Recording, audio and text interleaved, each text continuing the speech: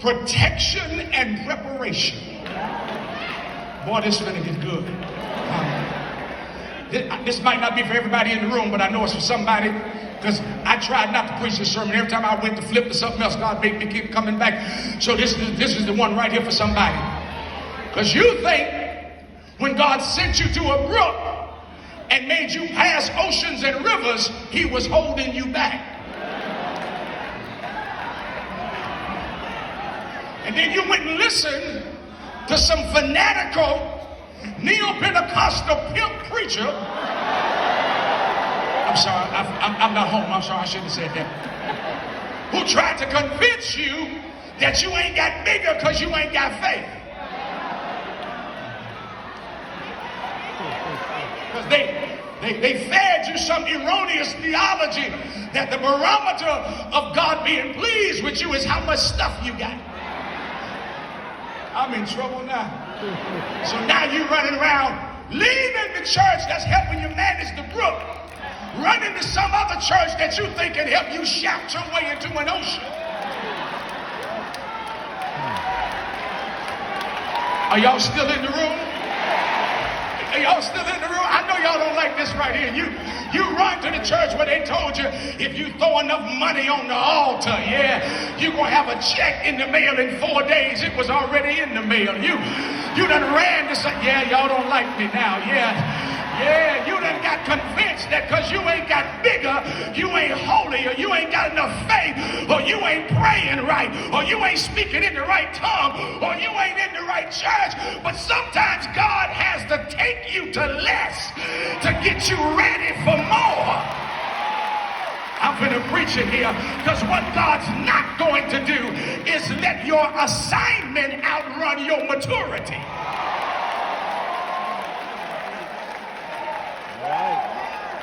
So God will hide you. He's not holding you back. Remember, he insults Jezebel, who runs Ahab. So God's got to get him out of town before Jezebel can convince Ahab to kill him. Woo, God help me in here. God's not holding you back. Sometimes God is protecting you from what wants to kill you. Because if he doesn't hide you, God help me, you will be susceptible to stuff you ain't mature enough to handle yet. Y'all better hear me. God will hide you and develop you at the same time. Elijah was just getting started. So God had to put him somewhere where he could work on him and teach him how to pray and teach him how to have quiet time and mature his faith and teach him how, and you know why we get quiet? Because we got a generation now that is about to miss God's best because they got to have it now. They don't want to go through nothing. They don't want to have to face nothing. They don't want to have to struggle through anything. But baby, let me tell you something. If you can't take it, you ain't gonna make it.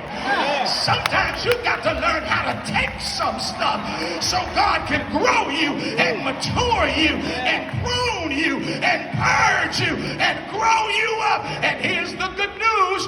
If God has put you in hiding, come on, I want you to help me preach to somebody. I promise you I ain't gonna make you stay in that neighborhood long. Just grab your neighbor by the hand and tell them, if God has you in hiding, you're just hiding for now. Yeah. See, here it is. When God has you in hiding, that means he's working on you. So people don't see your process, but they will see your completion. God, I feel like preaching. I came to talk to somebody that knows God's been working on you in private. He's been doing stuff for you you can't tell nobody about. He's been making you wrestle with stuff you haven't told anybody about. But the good news is 2019 was your private. 2020 is your public coming out. And because you've been faithful,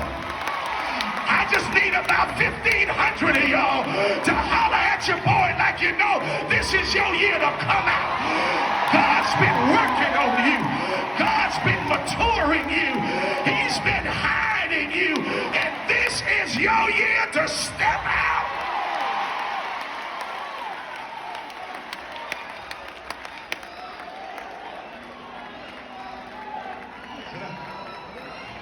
That's the holler of somebody who's ready to come out. See, some of y'all don't recognize that holler because you bad and bougie, raindrop, drop top. But there are a few of us in here who say, I recognize that holler because I remember when that was me. I remember when I couldn't talk to nobody. I remember when God wouldn't let me tell nobody. But because I was faithful in the process, he promoted me in the completion.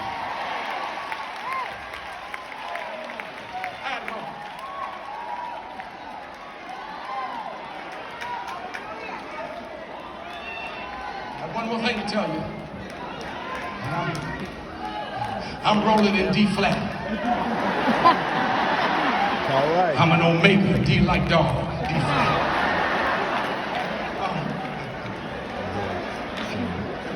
Here's the last thing I want to tell you. Provision is tied to place. Purpose is tied to place. But you got to practice patience while you're at the place God sends you. Don't allow, this is so good. Don't allow what happens subsequently to move you from what God said initially. Because some stuff that happens subsequent or since God initially spoke to you will make you think you heard God wrong. I know that ain't never happened to y'all because y'all more saved in Texas than we are in Florida. But sometimes I know I heard God. But when stuff started unfolding, when I was obedient to what God said, I started wondering whether or not I heard God or heard myself. Okay, watch. Let me hear you yell initially. Now that time you yelled it like a student who yelled it because a teacher told them to yell it. But I really want you to yell initially. So initially, God says, go to the brook, drink from it, and I've commanded the ravens to feed you there. Jesus. Go to the brook. The ravens are going to meet you and feed you, and drink from the brook. Say again, initially. Now say subsequently. The text says subsequently, sometime later, the brook that God told him to go to initially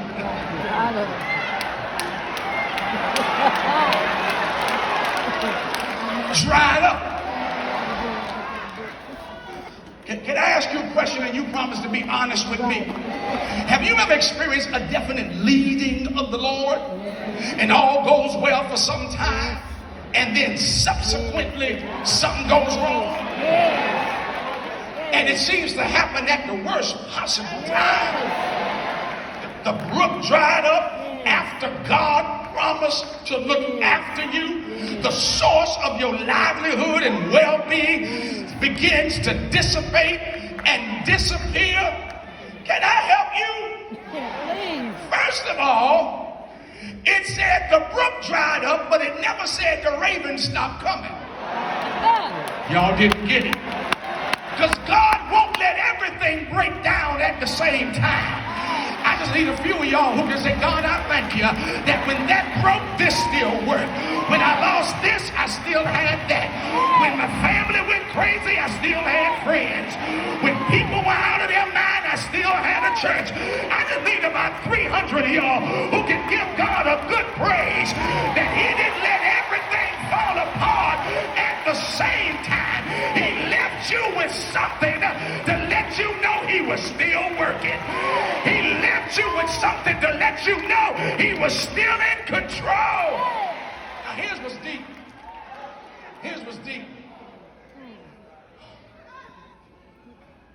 You're watching brook dry. That word dried in the original Hebrew is in a strange verbal tense. Because the implication is Elijah didn't go to sleep and woke up the next morning and it was gone. The implication in the Hebrew is he woke up one morning, looked like it was a little less than yesterday.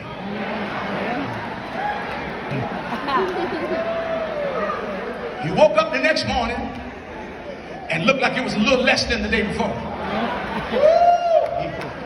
He woke up the next morning.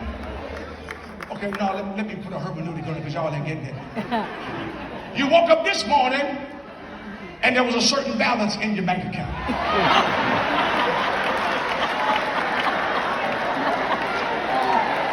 You wake up tomorrow morning, bills you forgot came out your bank account.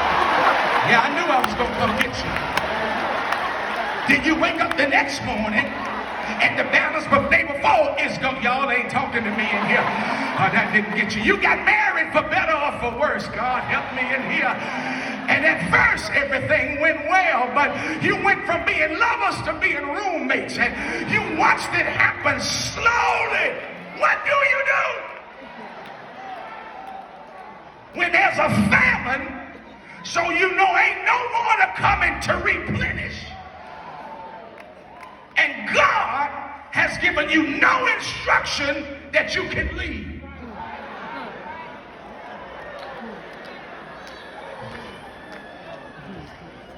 Can't make ends meet like you used to.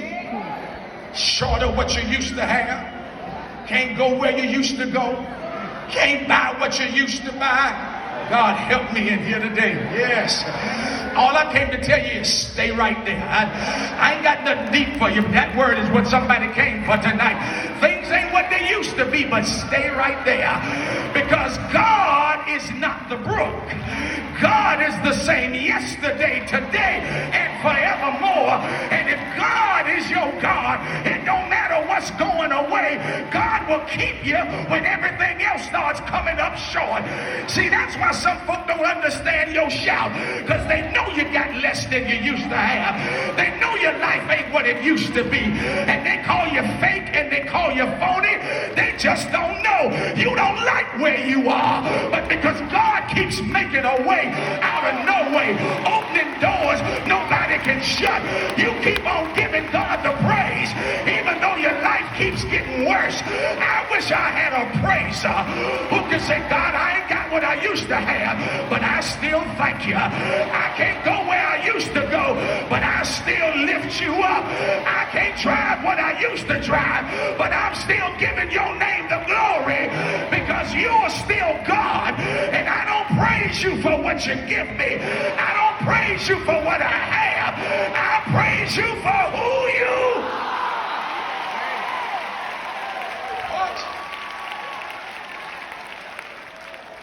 Watch, I'm done. Initially, God said, go to the brook. Subsequently, the brook dried up. I didn't read verse 8. Because verse 8 said, when the brook dried up, then the word of the Lord came to Elijah and said, I got something else. So he went from initially to subsequently to eventually. Y'all didn't get it. Y'all didn't get the shout. Y'all didn't get the shout. If I can just hang in there through the subsequently season, eventually is going to show up. That's the word for 2020. That's the word I need you to leave revived with. I need you to leave just saying eventually. When you look at your bank account, eventually. When you look at your child acting crazy, eventually. When you look at your marriage not acting right, eventually. When your boss won't give you that promotion, eventually. I just want you to practice it one time. Find 3 people and just tell them eventually. Eventually. Yeah, let's roll. Come on. Find your 3 people and and just tell them, eventually, y'all ain't told nobody yet. So let me help you real quick. Eventually means I'm just waiting on the next move of God. Eventually means I know God's not through with me yet. Eventually means God's got something else for me. Weeping may endure for a night, but eventually joy comes in the morning. They that wait upon the Lord, eventually they shall renew their strength. Eventually they'll mount up on wings as an eagle. They'll run and not faint. I need you to grab your neighbor and tell your neighbor, the word for 2020 is eventually. I don't have it right now, but if I stay right there, eventually God's gonna make a way.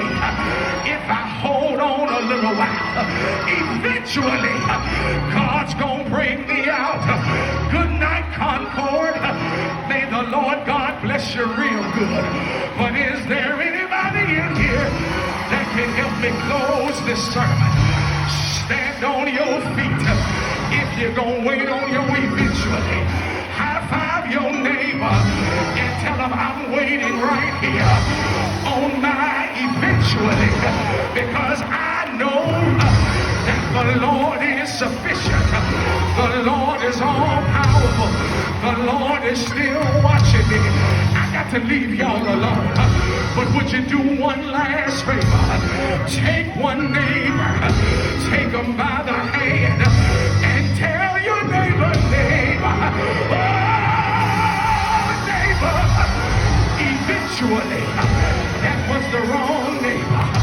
Turn on the other side, put your arms around somebody, shake them and rock them and shake them, shake them and rock them, and tell them, neighbor, neighbor, eventually, he's gonna do it. Eventually, God's gonna make a way. Eventually, God's gonna bring me out. Eventually, God's gonna turn my child around. Eventually, God's gonna help me pay these bills. Eventually, I'm gonna restore my joy. And do I have any witnesses that knows God will restore your joy? God will restore your mind. God will restore your peace. Won't he do it? Won't he do it? Won't he do it? Won't he fight your battles? Won't he make your enemies your footstool? Won't he give you joy and sorrow? Won't he give you hope for tomorrow? Won't he dry your tears? Won't he, won't he, won't he, won't he, won't he? Won't he, won't he, won't he, won't he, won't he? And because I know my eventual is on the way, because I know God still got something waiting on me, I'm not gonna wait till the battle's over, but I'ma shout right now. Find you a neighbor, shake your neighbor's hand, and tell him God works in eventually. God works in his own time, because one Friday they hung him on a cross. Everybody starts shouting in the devil's camp. Everybody starts dancing in the devil's camp. He died all night Friday. He died all day Saturday. But eventually, Sunday morning, he got up with power in his hand. I find your neighbor and say, neighbor, I'm waiting on my eventually. I'm waiting on my turn. I need somebody to get out of your seat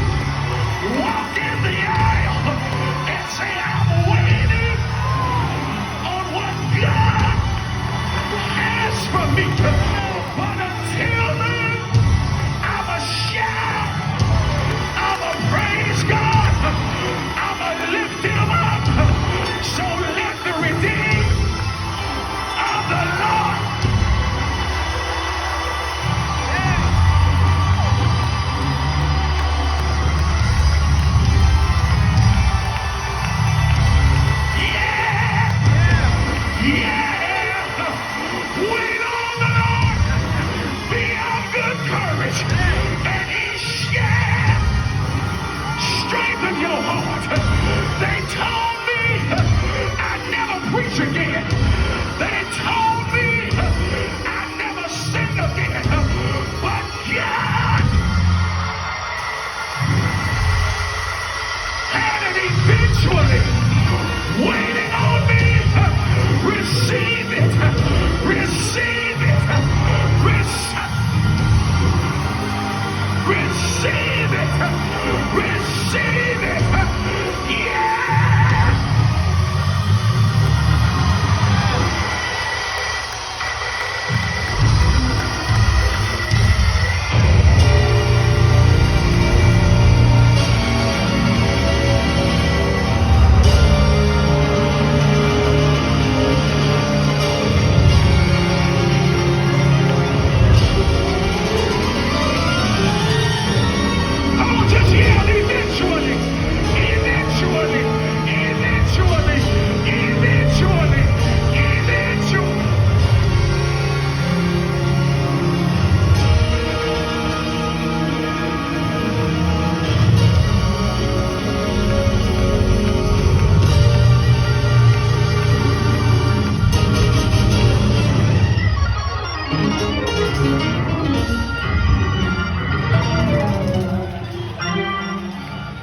If you don't mind, I want to pray. Come on, slip your hands in the air.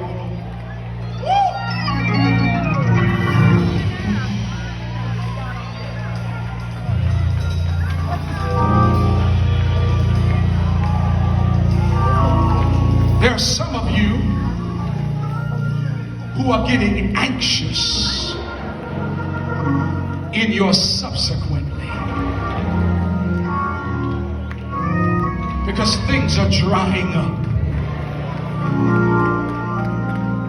And here's the temptation. Why should I stay where things are drying up when I can walk to where there's more of what I'm losing? And it's a simple answer. Because that's where God told you to be.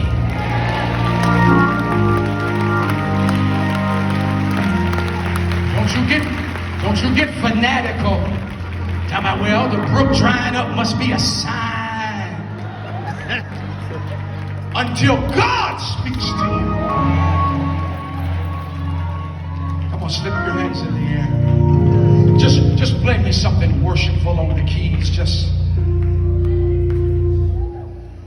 I want to pray. Yes.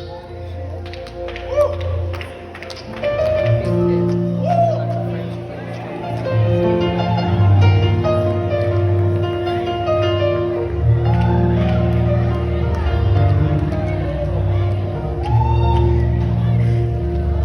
I know what that's like, beloved. 1995, I went back to Jacksonville to stand beside my father. The year 2000, they voted to make me co-senior pastor, and I had Ocean and Rivers invitations coming at me. I had Ocean and River money being offered, and I kept being tempted, like, God, why don't he just retire? Let me run this. I didn't realize at the time God was protecting me. And preparing me. And if I had left to go to one of those oceans or rivers, I wouldn't be where I am right now, because if you stay small long enough, God will make you bigger soon enough.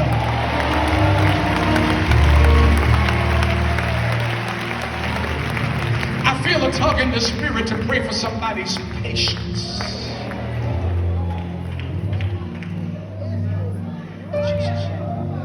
I hear the word quit in the atmosphere.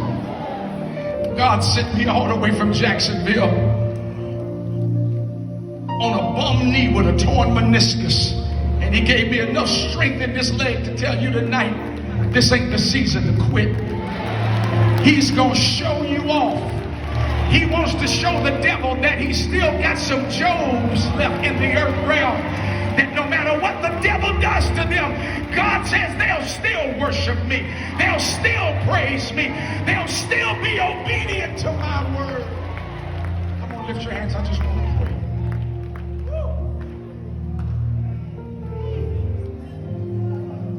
Hey, I'm sorry to be hey, that's how I talk back at my church. I'm sorry. Play the anthem for me.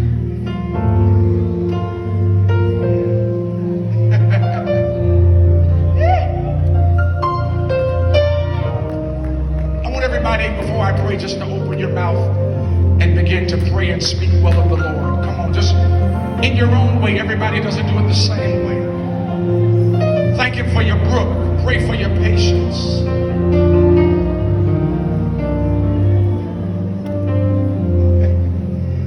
Death could not hold you down.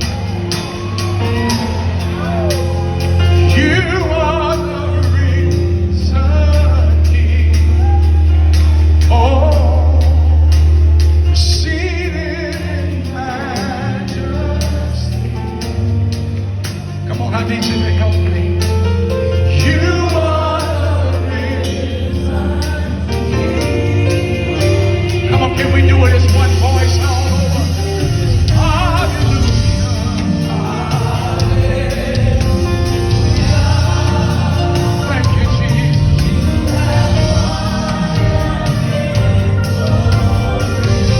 Come on, everybody. Hallelujah.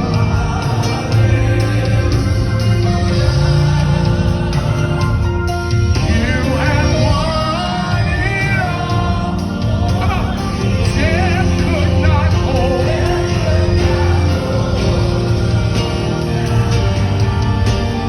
You are the risen, seated in majesty.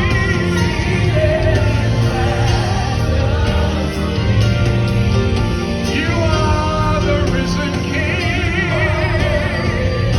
Yeah, yeah. Death could not hold. You are the risen, seated in majesty. Come on, everybody. You are the risen. Come on, let me hear you. Death could not hold. You are the risen, seated in majesty.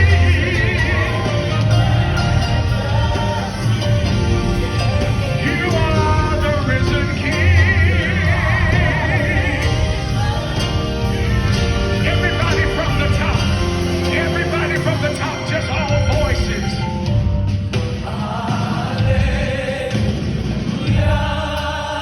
Come on, Zion.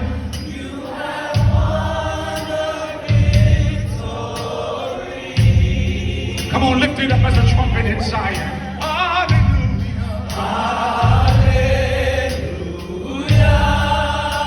You won it all for me. I love this part. Death could not hold.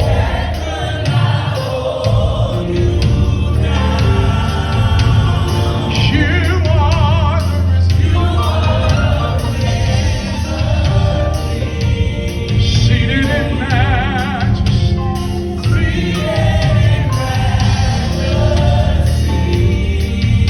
You are the risen. And so, God, I come tonight. I stand tonight as an intercessor.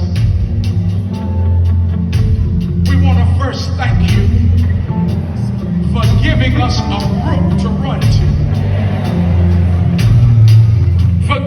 tonight for our ingratitude and our spirit of comparison and competitiveness. Tonight, God, I bind those spirits in the name of Jesus. And we release a spirit of gratitude tonight to say thank you for loving us enough to give us somewhere to run to. God, I pray tonight for somebody's patience. Somebody's ready to quit. Somebody's ready to give up. Somebody's ready to leave the place of their assignment. Somebody's ready to leave the place of their blessing. God, tonight, give them the spirit and the power of endurance and patience to stay there, to learn the lessons, to be developed in faith, to grow in the maturity of their character, because eventually you are going to release them into things they never thought could happen for them. Thank you tonight for the eventually that's coming in our lives. And we make the bold declaration that no matter how hard it gets, no matter how rough it gets, no matter what dries up, we will not leave until your word says so. And as we move into the rest of this year, we will not let our subsequently cause us to miss our eventually. Release it in this room. It's my prayer in Jesus' name. I want you to hug 3 people